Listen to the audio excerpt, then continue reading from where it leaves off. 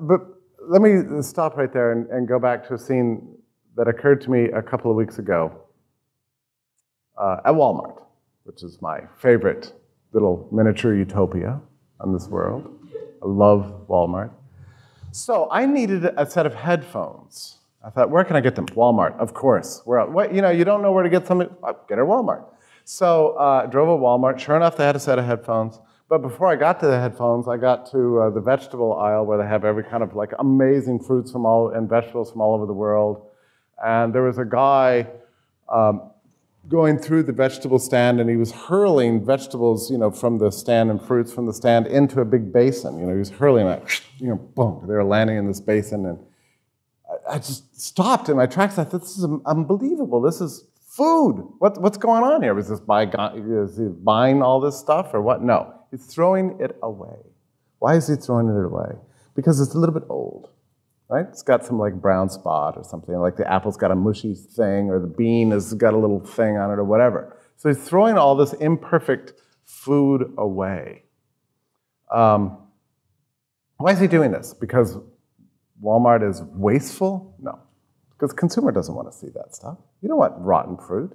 You don't want rotten fruit at the grocery store. That's why he's throwing it away. Here we're living in a civilization where we throw things away that are imperfect. It's an amazing thing. I mean, you see what's happened here? I mean, the whole history of humanity has consisted mostly, entirely, of the struggle to get enough to eat. That's the whole, if you want a summary of the whole history of humanity, that's it. How do I get enough to eat? That's what we're trying to do. We're trying to get enough to eat. Not a problem anymore. Right? No, we throw it out if it's slightly imperfect. We want perfect things to eat. I mean, you're driving along, you get a hankering for a hamburger, so you just buzz up to the fast food place, and you say, yes, please, I would like some beef from Argentina, nicely ground up and mushed into a small patty and put it in a thing. And then some wheat grown in maybe Kansas and processed carefully to remove all imperfections, and then fluffed up and risen and reshaped and baked, and put that on the top and the bottom. And then some vegetables. I mean, they can come from Latin America or anywhere you choose. Just as long as there's an onion and a pickle and a lettuce and put all that into a little package here for me, goods from all over the world, into a small little thing, and wrap it up and just give it to me, in exchange for which I'll give you $1. Okay? That's what I want. And we do this every day. We think nothing of it. What's the system that makes this possible? It's the system of the free market. And we think nothing of it. No, contrary to not think, we think ill of it, right? I mean, Google up fast food. I mean, everybody is against fast food, apparently. I mean, all the intellectuals. Oh, this is terrible. What they're doing. You're killing us by feeding us, or whatever their theory is. I don't know. Oh, it's terrible. Look how fat we are. This is a disaster of humanity. We're fat. Well, okay. Go on a run. I don't know what to tell you. But don't deny us a system that provides this amazing food to the multitudes. This is a miracle happening. Anyway. Back to my story of the headphones. I buy my headphones. By the way, on the way to the headphones, so I bought some apples and some T-shirts and a few other things. I fall for every marketing gimmick out there. I'm all for them. So I get it back, and so it's in this hard plastic container. Do you know the term wrapper rage?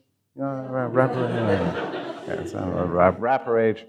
So I'm in there in the kitchen experiencing wrapper rage, and I said, Mark, I don't know, I think it's like, Mark Thornton, I said, Mark, it's like there's a market failure. Why can't they make this stuff easier to open? He said, well, in fact, there's a market reason for that. It prevents tampering, I think was your view.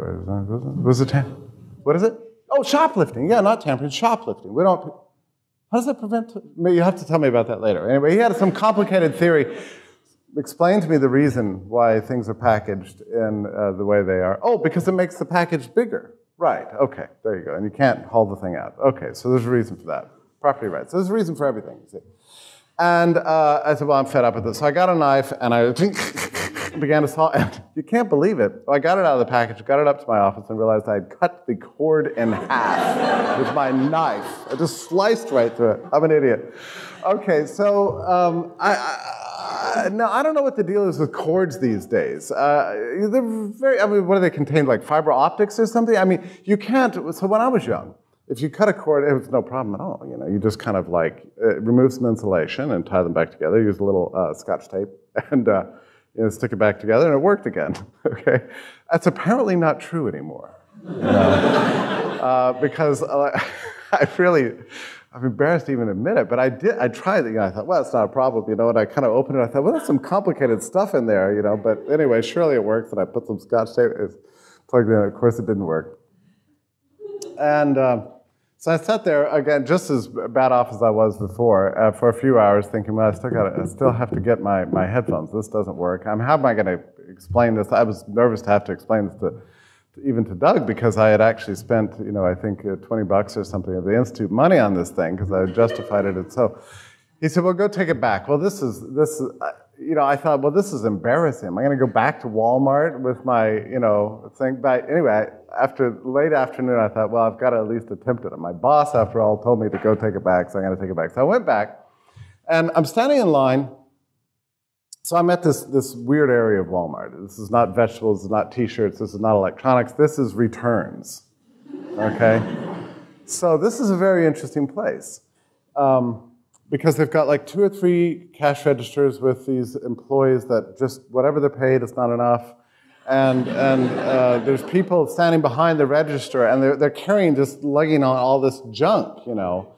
I mean, toys that the kids were playing with or something, and then they stepped on it or spilled syrup on it or whatever, and they're bringing it back, you know, clothes that clearly a person wore the night before, you know, to their special party or whatever, now they're going to get their money back on them. You know, idiots who, you know, when opening their headphones, cut the cord, you know. And so anyway, I stand there dutifully, you know, feeling like, and I got up to the register, I said, look, I don't know why I'm here. This is entirely my fault. I sliced right through this cord, opened it up. It's nothing you did. I was reckless, and I totally understand if you don't want to take this back, but I feel like I just have to perform this ritual in a perfunctory way. She said, oh, sure, glad to take it back, you know, and rang it up, and in a matter of, you know, 20 seconds, I had my money back, and that was it. She said, go pick out another one and ring it up like you normally would. And I walked away from this just stunned. And I hung around a little bit longer and just kind of observed what all the consumers were saying to the return people. Now, consumers are remarkable people. They really do believe that they are running the world, the consuming public. I mean, it's like, you know, the guy drives off from the amazing fast food place and complains he didn't get 1 pickle instead of 2 or whatever. You know, we just demand so much from the producers. And so it was at Walmart with all these people standing in line there, and every one of them is, you know, basically they're lying. A lot of them are lying, but Walmart pretends to believe their lies and gives them their money back. I mean, time after time after time. Now, I'm looking at this scene. Now, where else have you seen a scene where you've got 2, 3, 4 people seemingly in charge, you know, behind some counter, and lines lined up against them in a long thing like this? Okay, my mind went back to the last time I took a flight. Right? How many of you have flown an airplane, right? So we've got the TSA, right? You've got the TSA, a very similar setup. Physically, they're basically the same, you know, just people in charge behind counters, and then people lined up behind them. But 2 very different kind of dynamics at work. And one, at Walmart, the people behind the counter are there, you know, in a slavish way serving the masses. And the masses are in charge. And the person who gets up there, you know, is clearly in charge of the situation in this kind of retail environment. The TSA, on the other, and they're very demanding, and they mouth off, you know. If it takes too long, hey, why are you taking so long? You know, everybody's got you know, angry words sometimes for the person at Walmart. The TSA is completely different. These is, presumably, it could be the same people, but we behave completely differently. It's like there's an awareness that the consumer is not sovereign in this case. We're afraid. You know, we spend a long time in lines getting up to the TSA. Then the person looks at our documentation with this careful magnifying glass and checks our, you know, a little infrared thing. It's probably all fake, but anyway, they do all this weird stuff, you know, They're looking at our papers, making sure that everything's aligned right or whatever. Then they give us permission, and we say, "Oh, thank you," and we don't dare say anything else. Like, you would never insult the person. "Hey, why are you taking so long? Why? I've been waiting in this line 10 minutes. I mean, what do you risk if you do something like that? I've been here waiting 15 minutes for you jerks, What if you said that to the TSA? At the end of the world. I mean, no telling what would happen to you. You can look on YouTube and see the results of this stuff. I mean, it's a complete opposite system. I mean, it's like an inversion. It's like Alice in Wonderland or something. It's like a complete inversion of the capitalist system. And so it is in every situation where you encounter the public sector, essentially. Now, this is not to say there aren't some very nice, sweet bureaucrats and some very wonderful driver's license bureaus somewhere. I mean, but they're very volatile. They're always on the verge of tipping into being a sort of Nazi-like, at every moment. I remember I was trying to get my little girl a driver's permission thing or whatever, and I was over at the DMV, and I arrived up at 9 a.m., and I stood there for a very long time observing what seeming chaos. I mean, like, everybody's just milling around. There's a guy in charge, somebody behind a desk who wasn't speaking to anybody. Every once in a while he would growl or something. And I stood there for a long time. I mean, nobody comes up to you, like at the clothing store, a guy comes up to you and says, "Can I help you, sir?" And we say, "Get away from me, you parasite, trying to get me to spend my money on things. I just want to look for myself, all right?" No, well, the Driver's License Bureau, nobody's coming up to you going, "Can I help you, sir?" No, that doesn't happen. So I sought somebody out who was in charge. I said, I'm sorry, I'm vaguely confused about what's going on in this building. I don't really know what to do." He said, "Take a number." Take a number. So believe it or not, they have one of these wheels that spins, with like paper tickets coming out of it. So I have to go over to the corner, and I'm ready to take a number, and the number was something like 89. And right before I pulled the 89 number, I heard, "Number 3. So I asked somebody, I said, some person who had cobwebs on them, sitting in a chair like this, I said, "How long have you been here?" He said, "Oh, well, we got here at 6 a.m. this morning, "And what number are you?" "Well, I'm like number 31. So I took my little girl, I said, "We've got to think of something else to do, besides attempt to navigate this disaster." Anyway, the point is here that these are the state is built by regular people. These the same people who are working at Walmart could also be working for the DMV or the TSA or anywhere else. It's not a difference in human nature. It's not like bad people in the state, good people in the private sector.